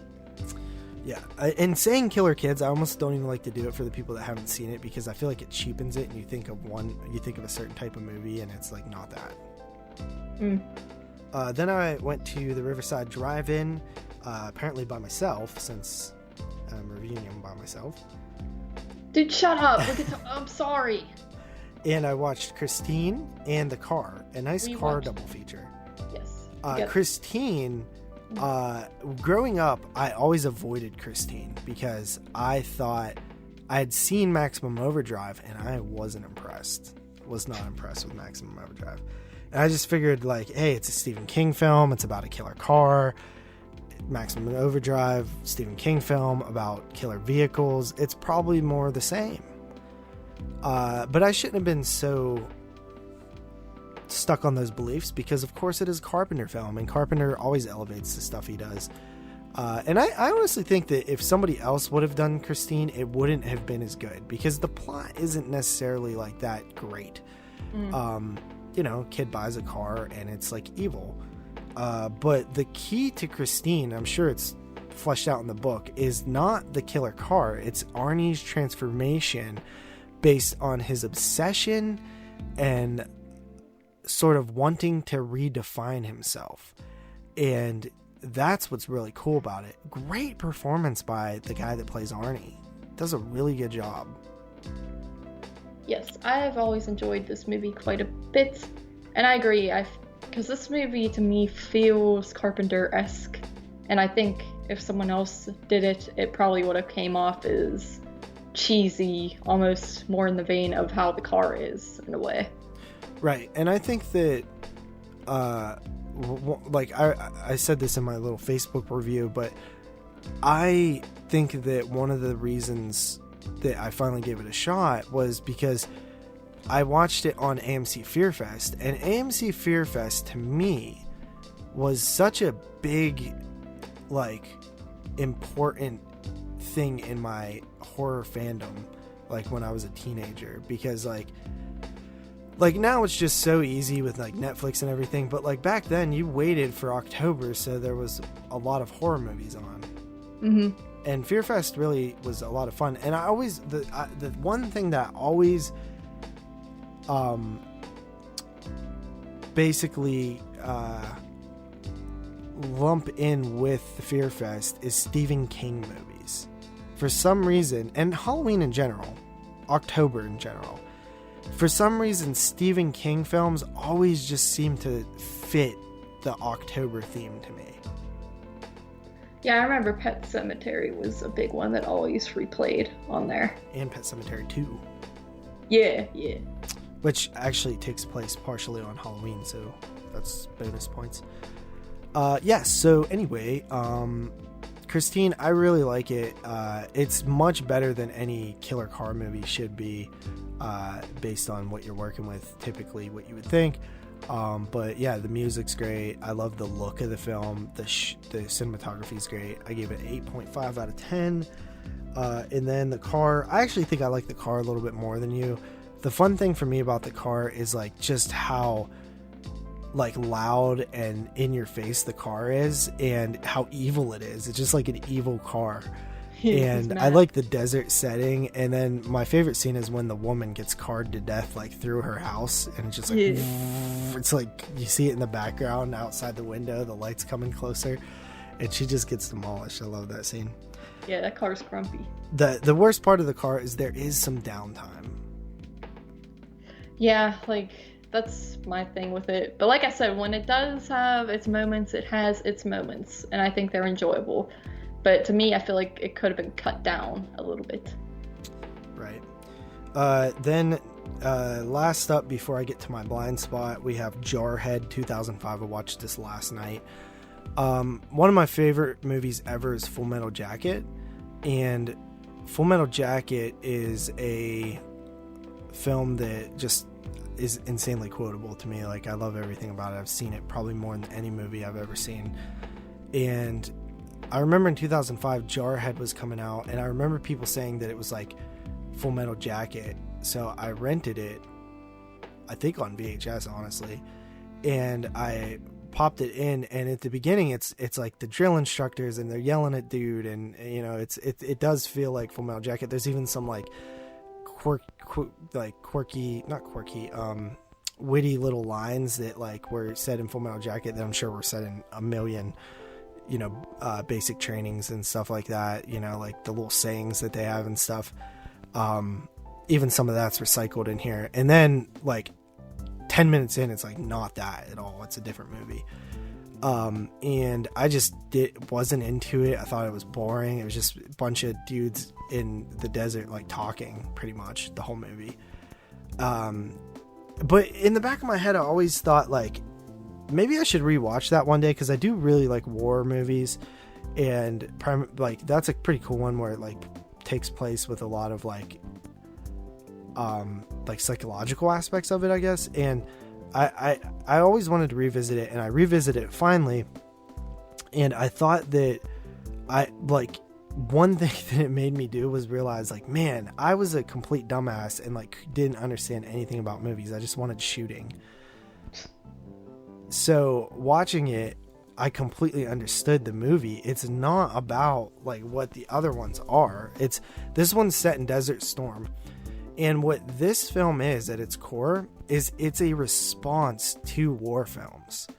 So all the characters grew up, and they even do it in the movie where they're watching The Deer Hunter and Apocalypse Now and stuff. And they all have seen these war films, and they've all heard about people who fought in Vietnam and World War II and the Korean War. And these people are joining the military, the Marines specifically, to sort of, you know, do, you know, it's in response to the stuff they've seen about war. Because in Vietnam, there really wasn't a pop culture about war, you know, it was nasty and dirty, but now it's like been glamorized almost with these films. So these guys go into that, and they're Marines, so they're literally stripped away. That's like kind of what Jarhead means. Not only does it reflect, they talk about this in the film, Jarhead, it represents, you know, what they're, because of the haircuts in the military, the high and tights, you know, looks like a jar. And then the fact that there's nothing in a jar, it's an empty hollow space. So they are jarheads. And they are stripped away from all of what makes them individuals and basically taught to do nothing but kill, to be a weapon and not a human. And that is what the movie's about. It's about they're stripped away and taught only to kill, and then they get to a place where they're about to do that, because there's no fighting in the movie. There's no like war really, because one, Desert Storm was a very short war, and that's not to say that there wasn't fighting and some people weren't involved, but these people weren't. And they have a bloodlust for murder, to kill, yet they never get to act it out, because before they know it, the war is over before they ever have a chance to fire. In fact, you know, minor spoiler alert here, at the very end of the movie, Jake Gyllenhaal's character, when they find out they're going home, he's like, I never even got to fire my gun. And it's a very interesting movie. I really liked it. I gave it an 8.5 out of 10. Cool. You sound mad. I am. Why? Guys, I feel like this is like the most you've ever talked on a podcast ever. No, but in Ever. Jarhead, just real quick, one of the cool things is the visuals. It's very like cool looking movie set in the desert, Saudi Arabia. Okay, so my blind spot this week. You gave me The Room, which I skipped. No, you didn't. No, I'm just kidding. So yeah, I watched The Room, and then I followed it up with A Disaster Artist. So first of all, The Room. Again, we ruined this because we talked a bunch about it. Yep. You are right. We got to stop doing that. Yeah, I know. You do. You do. You talked a lot too. You said, I didn't hit her. I did not. Yeah, well, you got me. Once you get me started, I mean, you can't stop. What does Tommy Wiseau say? He's all like, what is it? I'm trying to think of Hi, some doggy. He's like, oh yes, can I get a dozen red roses, please? Hi, doggy. Thanks. And then he's like, hi, babe. I have something for you. And he's Right. like, just a little something. And he's like, just open it. Shut up. Okay. The Room is known as like the best worst movie, or at least the worst movie ever made. It's not, for one, that's for sure, but I understand why it's considered that. And I've seen a ton of movies that are so bad they're good, and typically I don't really like them, minus Troll 2, which I do really like. But this one is very likable. It is just a bizarre situation. Like, the guy who made this movie, it not only is what's interesting about the movie, like the movie itself, but all the backstory. That's so fascinating. You know what I mean? That this guy who looks like he's like 50 but like nobody knows how old he is. Nobody knows where he's from. He has a thick accent. He made a multi-million-dollar film. Nobody knows how he did that because he did it out of pocket. He's such a mysterious guy. Yes. I feel like I just talked like Tommy Wiseau unintentionally. He's such a mysterious guy. Yeah. And so The Room itself, dude, it is very entertaining. Like, I was watching it at work, and I'm not gonna lie, like, I don't really laugh out loud when I'm by myself that much. Yes. But like there were scenes in this movie where I just started like like laughing. I'm like, what the and I was like, this is crazy. And like just how unnatural the dialogue feels. Yeah, that's what it really does for me. Like that's what the key is like even like what's the kid's name? Denny. Like, oh my god, he's like Tommy considers you a son, or Denny considers you a father, and I'm like, who is this kid? Why would he consider Tommy, of all people in the world, as a father figure? Right. And then like oh hi Mark. Every scene it's like, oh hi whoever. And I love how like they keep saying like, you want to play some football, and then they like toss the ball around like 4 times in the movie, and it's like they call it play football, but like nobody in their right mind ever has said, like, when they're just gonna play catch or pass, nobody's ever said let's play football and considered that football. So it's just like really funny. It's just like a foreigner's interpretation of American football, like of what kids do when they're passing a ball outside, that they're playing football, so that it cracks me up. And of course the awesome roof scene. Yeah, wait, which one? The I didn't hit her. Yes, yeah, he's like and then he's all like, I knew this girl, she did a bunch of men and then got like brutally attacked by some guy on Guerrero Street, and he's like, what a story, Mark. He's like, what the story, Mark? And yeah, so it's not a good movie. I give it like a 3.5 or something, maybe a 4, but it's not the worst movie ever. It's not like a 0.5. But in entertainment value, it's brilliant. It really is a funny movie to watch unintentionally. And then I watched The Disaster Artist, which I absolutely loved. Franco was amazing as Tommy Wiseau, like really good. Mm-hmm. And I think that like them sort of showing the process of Tommy Wiseau was hilarious, and how like I actually felt bad for him a lot of times in the film, but at the same time I thought he was a dick sometimes. Mm-hmm.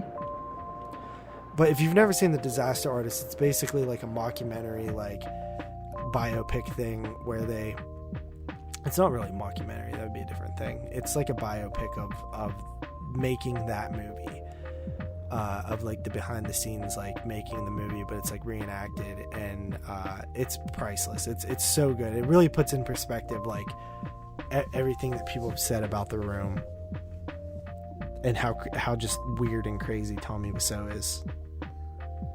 Yeah, like I saw that movie when it came to theater with my friend Mallory, because we were big Room fanatics before that, so we were super hype, and I don't remember it a whole lot like in detail, but I remember it being very, very good, and it's funny, and then it's also dramatic at times, and it's just a good film. And Franco is like, he nails that role, and they recreate those scenes, so even like the end credits, I think, don't they like compare the scenes side by side. Yeah, it's so weird, like it's completely like frame by frame exact shots. It's so good.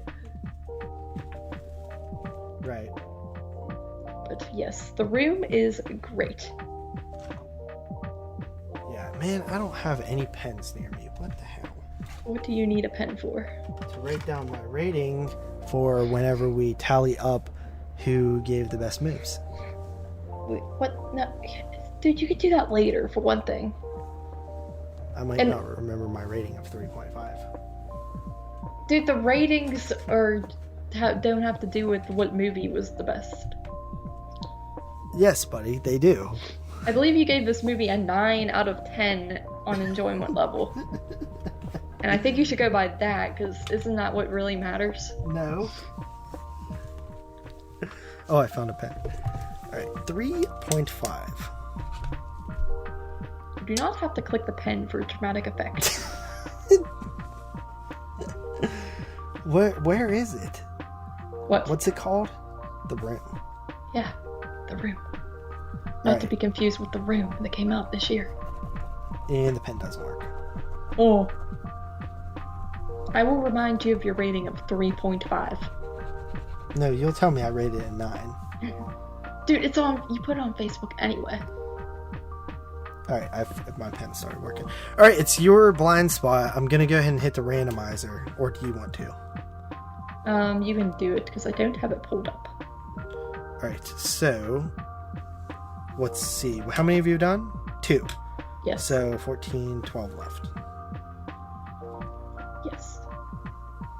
Alright. You have Hardball. Number 3. What the heck is that? It's Keanu Reeves, man. Why does every movie have Keanu Reeves? Is this the one about this? I don't know. Is this one of stupid people? What is this? It's Hardball, dude. It's about a gambler who's in debt. It's like probably like Uncut Gems. All right. And he decides to coach an inner city baseball team. Oh, It's a sports movie, buddy. Oh. I hate sports. I was thinking of that comedy. What's that comedy? Like Balls of Glory or something like that. No, Balls I of would Fear. never make you watch that. Good. That's what I was scared of. But this is not a comedy, and that makes me kind of sad because I like funny movies. No, it's funny. I doubt it. It's funny. Dude, I think you're rigging this. What do you mean? Because it's just weird how Hardball, Dazed and Confused, and Speed were like, 3, 4, and 5 on the list. That is weird. I didn't even notice that. Yeah. I think it is rigged. Well, mine was 9 and 12. That's not weird. It's multiples of 3. No, they're not rigged. Whatever, dude. I'm gonna watch Hardball. Alright, hard dicks. Alright. Alright, let's get into our featured review, which is of... Hip Hop Anonymous. Yes, Hippopotamus. Hippopotamus. I actually struggled to say that word because of Big Daddy. No, because when I was saying hip-hop anonymous, you didn't know what the hell I was talking about. Yeah, I was joking. Like, I figured the movie was called Hippopotamus, but I'm saying, like, the word hippopotamus. I actually want to say hip-hop-otamus. Hippopotamus? Yes. Honestly, like, he did give him the easy ones. Hippopotamus is a hard one.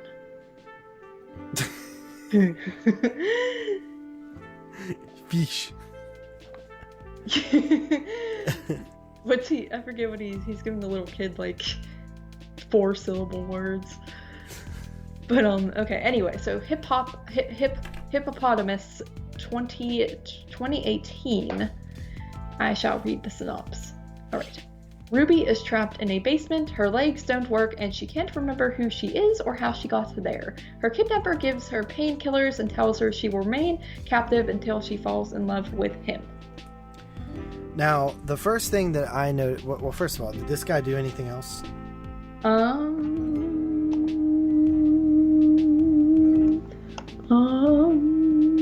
It does not really.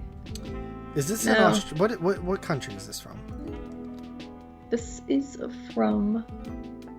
Quit asking me hard questions. Well, first of all, this is like his directorial debut, because he did like a short before this.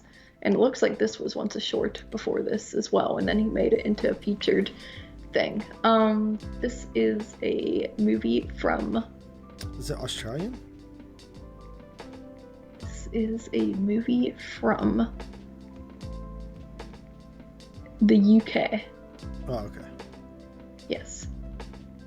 So, it is a UK movie, and it runs only an hour and 17 minutes long. IMDb classifies it as a drama thriller, which honestly I would say for the most part that is kind of what it turns out to be. The synopsis makes it sound like a super horrifying type of movie, but I find that it does kind of have that drama thriller aspect to it more so. But It is starring Ingvild Della. I think the short is unrelated to this or has a different director. Oh, really? I think. It says he directed it. Okay, there's another short from 2018 called Hippopotamus too. Yeah, there's literally a few Hippopotamus films that exist. Right. So, okay. Hippopotamus. Kind of an unknown movie. It dropped on iTunes last week. That's the only place to rent it. It's $9.99. Mm-hmm. And I was looking at new movies that came out, and this one's plot actually interested me. That's the only reason that I picked it, is just because I thought that the plot sounded interesting. Didn't really know anything else about it. It did have some good festival reviews. It technically came out in 2018 in the UK, I think, but it's just debuted here in 2020 on iTunes. Yes. And the first thing that I noticed while watching it is I was like, this is going to be hard to talk about. Yes. Which is a big... Good. I was going to say, that seems like a big theme with a lot of these movies this year. That they are hard to really talk about without, like, getting too much into the story.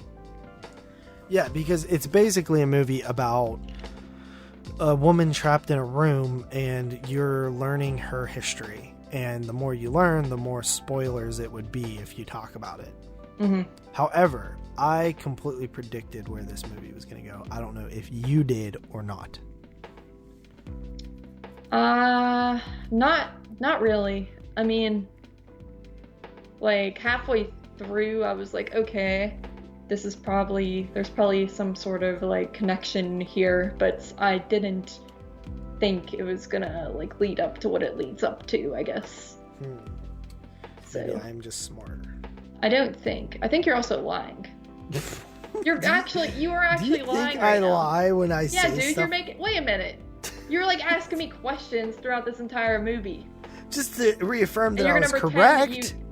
And you're gonna pretend that you, like, actually knew anything that was going on? I did, damn it, motherfucker. How can you predict a film that you don't understand what's going on? That's like that's like me saying that I knew what was gonna happen at the end of We Are the Flesh. No, dude, I knew what was going. I, like, knew the main twist. Not twist, but I knew the main, like, thing, like the connection. All right. No, you asked. Okay. I asked just to reaffirm. All right. They're brother and sister, damn it. No. They're cousin and uncle. No. Ew. No. No, I knew that they were gonna have nothing to do with each other the whole time. No.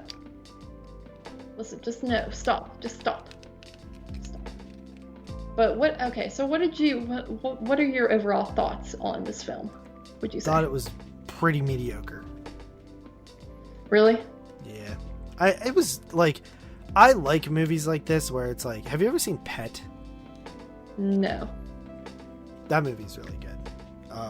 But it's about a girl that this guy holds captive.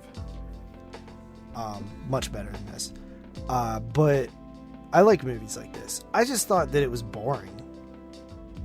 Yeah, that's why, like, I thought it was good, and that's why I gave you a good, and it was up to you to determine how good it was, because I was invested in it, and I was interested to see how it all would unravel with, because you do, synopsis says it all. You have this Ruby girl, she wakes up and her legs are broken, and she's in a very plain, boring room, and then there's a kidnapper, and you don't know really what his main intentions are at first, and then stuff kind of starts to... He says, I'm gonna hold you here until you fall in love with me. Okay, but you don't know if he's, like, dangerous, or if he's gonna be kind-hearted, or if he's gonna, like, be abusive. You don't really know at first, and then it just starts to kind of unfold. So that's all you can really say on the movie, because, like you said, as it unfolds, that's when you're getting more and more details, and you don't want to get into that, because you kind of have to watch it for yourself. I found that the movie, the big thing for me was, since there's not really a lot going on, not a lot to look at, which you can say, I mean, movies like The Platform are kind of like that too, but this movie is just like a plain room and you just have like this one girl character and it's like boring to look at. Yeah, but like you look at a movie like Saw, which is one room, but it's like cool to look at. Yeah, and there's like, it just feels like there's a lot more going on in those types of movies, but in this movie it's even kind of repetitive, like literally repetitive with certain aspects, and it's only an hour and 17 minutes, but for me this movie felt very long. Like, yeah, I kept checking. It drug a little bit, even for, honestly, it would probably work as a short. Yeah. I mean, I would like to see what the short was, but I mean, I was probably halfway through it, and I checked the time, and I was shocked that I was only halfway through it, because it felt like it should have been almost to the end at that point. For me, I think the thing that I was annoyed about the most, or like the thing that took me out of it a little bit, I just felt like it was a little bit unbelievable. Oh, it was. And then, especially, I don't know, when stuff really, really unravels at the end, I'm kind of like, really? I mean, I was hoping for like a cool, interesting reveal, and especially, no, I just got convolutedness is what I feel. Right. Like ridiculous, over the top, like what? Right. Yeah, honestly, I thought the movie itself was like passable, until like the end and all the reveals and everything, and then I was like, you know what, this is actually lowered it by a point for me.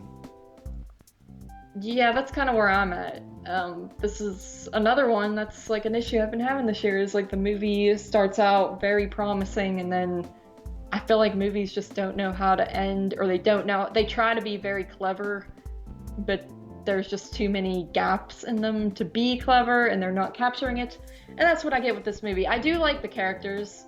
Like, I do like the main girl. I think she's sweet, and I kind of like the guy too, because he's like got this charm, but you're like, is this guy crazy or dangerous, or does he mean well? What's going on? So I do like them enough to where I was invested, but it just kind of falls apart at the end to where I'm left with what? What? Yeah. All right. Well, let's. You know what? Totally forgot Letterbox, but I have a feeling there's not much on there. Probably not. I didn't even. So let me take a look real quick. I don't even know if I documented this on Letterbox, and I don't even know if I documented the right Hippopotamus movie. All right. First of all, the number one question is, how do you spell hippopotamus? Hippop. I think I got it. Okay. 2018.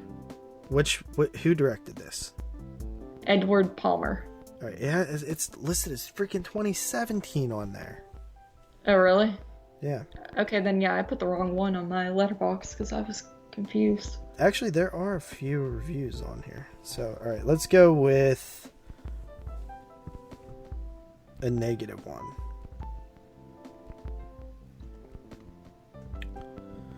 All right, 2 stars. I can appreciate a low-budget film with the best of them, but sometimes dreadful dubbing and bad writing. I didn't notice any dubbing. And head-scratching twist is just a bridge too far. So you mean dubbing like the Lipston matchup with? Well, it would have been the actors weren't speaking their native language, maybe? I don't know. Maybe he watched a different version of the film. Okay. All right. Yeah, I didn't really notice that. And for positive review, 9 out of 10. Oh, that other dude gave it a 2 out of 10. And he said, 2 out of 4. Or 2 out of freaking 5. And his favorite films were Call Me by Your Name, Arrival, and Gone Girl. And then the other dude, his review, the 4.5 star out of 5, he says, I surprisingly really like this. First of all, it really isn't what you expect. Maybe I'm dumb for thinking that, but the ending had me shook. Considering I only went in to see it to know why it was called Hippopotamus, which they do explain in the film, I reckon this is one of my favorite low-budget British horrors. Also, can we please talk about the Saw parallels? The way she was crawling on the floor brought back Larry flashbacks. I almost sobbed. You're lame, dude. So cringe. His favorite films are Hamilton, Captain America, The Winter Soldier, Bohemian Rhapsody, and A Star is Born. It's funny because there's like a review on IMDb that's also like, wow, I would love to discuss that ending with someone, and I'm just like, what, like, why? Yeah, why? There's nothing shooketh about it. Right, it's not shooketh. Yes. All right. So I guess that's it for another His and Hers movie podcast. Wait, did we rate this? No. We did not. I'm getting tired too, actually. Yes. All right. Ratings. I will go first. I am going to give it a flat out 5 out of 10. Yeah, I'm a little bit higher on it. I mean, it was, again, this is one where I was like higher even so than the rating I'm going to give it now, and then even talking about it more brought me down, but I came in with a 6.5 out of 10. What did you give it initially? 7? Yeah. Because I was into it at the start, and then as it went on even, I was into it, and then to me the third act just kind of sucked. Right. All right, well, once again, your ratings are fake. No, they're not. I am real. Really fake.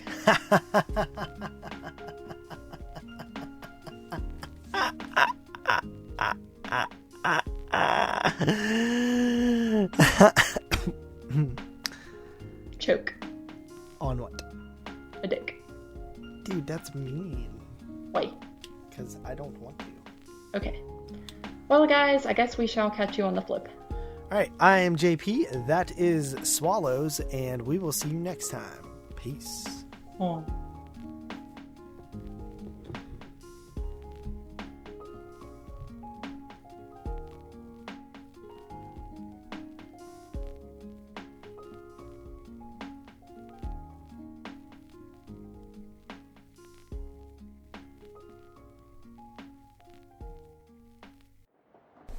Hey, mama, my own.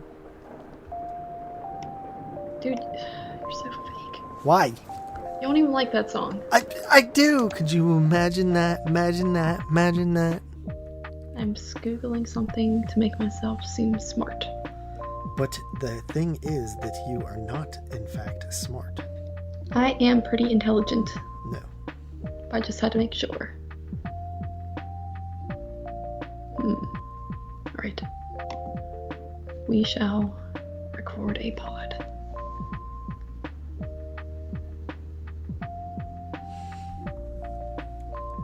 Hey, mama, my own. What, buddy? I don't want to sing. Why not? We always sing. I just feel that it's losing its effect. What do you mean? Watson loves it. I know, but I feel like we are trying too hard. Are we, though? I also don't feel that Watson would appreciate a new blink. Watson is a distinguished gentleman. Oh yeah? Yeah, he appreciates everything. Including new blink? I mean, I assume so. Alright, well, Watson's very cultured, Carly. I'm not hating on Watson.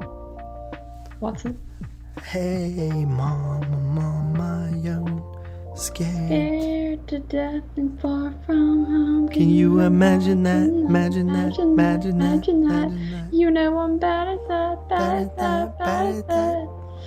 You left pieces of me along the side of the road. Right after you said you'd never leave me alone. Found myself on the dark side of the road. Or Remember to forget me. Nobody. I don't remember. That was a John. Yeah. I don't know. I mean, you know me. I know you. You know that I am not a big fan of new Blink. Chicken stew? You know what I'm saying? No, I mean, you technically are. No. I'm not a big fan of Matt Skiba and Blink. But on the album 9, which I don't know if you knew this or not, because you're not really that big of a Blink fan, but it's called that because it's their 9th studio album. I am a Blink fan, and I did know that. Yeah. So, Matt, I think that the reason I like it is because there's enough there that it sounds like Blink, but they found their sort of own sound for that album, which fits Matt Skiba, which I think that the other stuff that they did, especially like the old songs where he covers Tom's parts, it doesn't feel the same. Yeah. Did you know that Mark Hoppus gave me DAP once? Gave you what? DAP. What are you talking about? What do you mean, what am I talking about? I don't know what that means. DAP? Yeah, I don't know what that means. Google it. Like, just tell me what it means. You don't know what it means. That's why I do. It's like where you dap someone up, you know, you see them and you're like, hey, what's up, man? And you dap them. You know, handshakes, fist bumps. Okay. Fish by letting the fly bob lightly on the water without letting the line touch the water. That's not it. An Urban Dictionary. Urban. It's an urban term. On the side of the Google, there's a thing that says giving DAP, and it shows a handshake. Right. Yeah. DAP is a friendly gesture of greeting, agreement, or solidarity between two people that has become popular in Western cultures. What about Eastern cultures? Particularly since the 1970s, originating from African American communities. Giving DAP typically involves handshaking, pound hugging, fist pounding, or chest or fist bumping. Right. So me and Mark Hoppus did all that. I got DAP once from him too. No, you didn't. Yeah, you're talking about the concert? Yeah. Yeah, we all dapped him. He missed like 90% of the hands. I think he touched mine slightly. No, he definitely gave me DAP. I remember it clear as day. I do too. Yeah. I looked at my hand and I was like, whoa. It looked different. He like put some like magic on it or something. I don't think that's what happened, but it was cool. Yeah. I got you into Blink. No, dude, I like Blink way before you. You know what's funny? I didn't like Blink. Really? Right, yeah. My friend Tyler, like, we were all into, like, hip-hop in, like, elementary school and stuff. Especially, you know, Eminem was out and 8 Mile was out. And it was, like, big. And then, like, I stayed with hip-hop. And Tyler, his older brother, Troy, was, like, cool, you know, and had, like, parties and stuff all the time. And we would go to them and like they would give us like a couple beers and stuff like that, and we thought we were cool. And they all his older friends, all his brother's older friends liked me. I was a little bit older.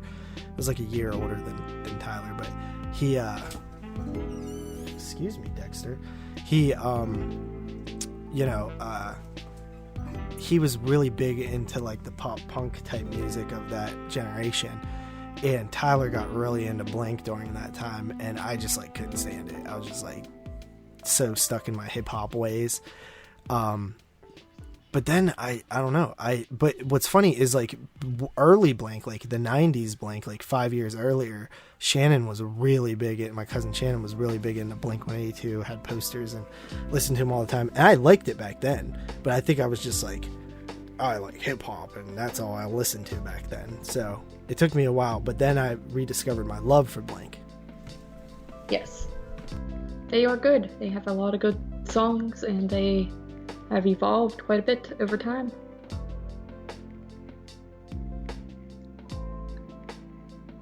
What is your favorite Blink 182, John? I like Adam's song. You copied that off of me, I think. No, I didn't. I liked that before I met you. In fact, I tried to learn it on bass. I did learn it on bass. Adam's song was my favorite for the longest time. but it's like too depressing now to be my favorite. I like their depressing ones more than not depressing. Yeah. My favorite's probably All the Small Things. Really? No. Okay. It's like the most overplayed, overly hyped song in the world. Feeling This is one of my favorites, but that was always Shannon's favorite, so I feel like I can't have the same favorite as her. But like Feeling This is one of my favorites. And then I would probably say like The Rock Show is another one of my favorites. I like Damn It. Which one's that? The one where they're like, it's alright, it's okay for you.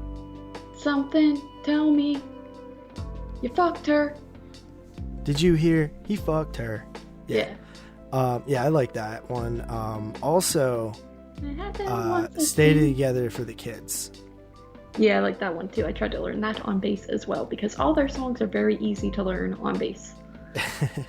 They're all like the same exact I read Travis Barker's book and he had a lot of stuff in there where Tom DeLonge would say like, basically be like, yeah, we're just like fake musicians, but Travis, he's a real musician. Like we just do everything as basic as hell. And yeah, Travis is like the mastermind. Like I feel like the most intricate song they had was Carousel with the dun dun dun dun dun dun dun dun dun dun. That would have been Scott Rayner back then. Yeah, on drums. I am talking about. Well, they had a much more like straight punk sound back then. Yeah, which I like, but I also like their pop punk stuff too. Yeah. Favorite album? I don't really know because I'm bad with albums. I don't pay attention to like what songs on what album. For me, it's Take Off Your Pants and Jacket. Yeah. Yeah. Cool. Yeah. That was after Enema of the State, I think.